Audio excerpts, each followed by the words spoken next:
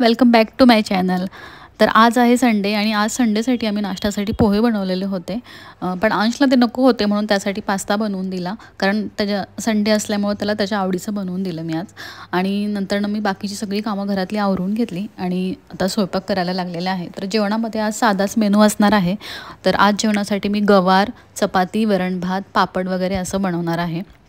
नंतर आज यथार्थ पण येणार आहे. तो दर संडेला येत असतो यथार्थ. त्याला हाफ डे सुट्टी असते. दुपारचं आणि संध्याकाळचं जेवण वगैरे करून तो संध्याकाळी पुन्हा रिटर्न हॉस्टेलला जात असतो. तर तेच मी आता जेवणाची तयारी करत आहे. तर इथं अंशचा मित्र आलेला आहे, शौर्य. तर ते दोघंजण एकत्र खेळत होते. मग थोड्या वेळाने यथार्थ पण आला. मग यथार्थ आल्यानंतर आम्ही सगळ्यांनी मिळून जेवण करून घेतलं.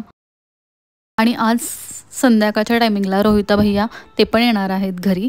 कारण त्यांनी गाडी घेतलेली आहे किया ब्लॅक कलरची. तर तेच घेऊन ते येणार आहेत. तर संध्याकाळच्या टायमिंगला जेवण वगैरे नको म्हटले, ते काहीतरी साधंसुधं स्नॅक्स वगैरेच खाऊ असं म्हणाले. मग काय बनवावं म्हणून मला सुचत नव्हतं. तर मग मी वडापाव बनवणार आहे. मग त्याचीच तयारी मी करत होते. तेवढ्यात ते पण आले. मग आम्ही सगळेजण खाली गेलो त्यांना कॉंग्रॅच्युलेशन करायला. आणि गाडी पण बघायची होती आम्हाला. मग बुके वगैरे आणलेला होता. मग तेच त्या गाडीसमोर थोडेसे फोटो वगैरे क्लिक केले आणि गाडी वगैरे बघितली. तर खूप छान आहे गाडी. मग पुन्हा घरी आलो आणि घरी आल्यानंतर मी गरमागरम वडे तळून घेतले आणि सगळ्यांना दिले. तर तेच आमचं गप्पा गोष्टी करत चाललं होतं. दोघीजणी पण आम्ही करत होतो. तर रोहिता ही माझी जाऊ आहे. जे कोणी नवीन बघत असतील त्यांच्यासाठी सांगते.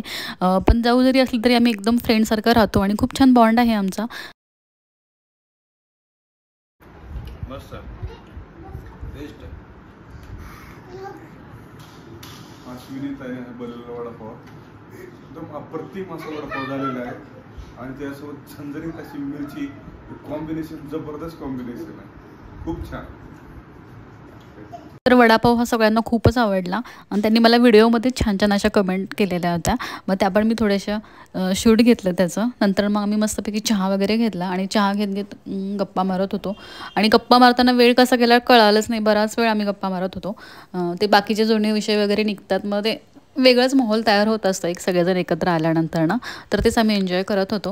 पण त्यांना जायचं होतं कारण दुसऱ्या दिवशी त्यांची निकूची पण स्कूल होते. त्यामुळे त्यांना लगेच जावं लागलं. त्यांना काही राहता आलं नाही.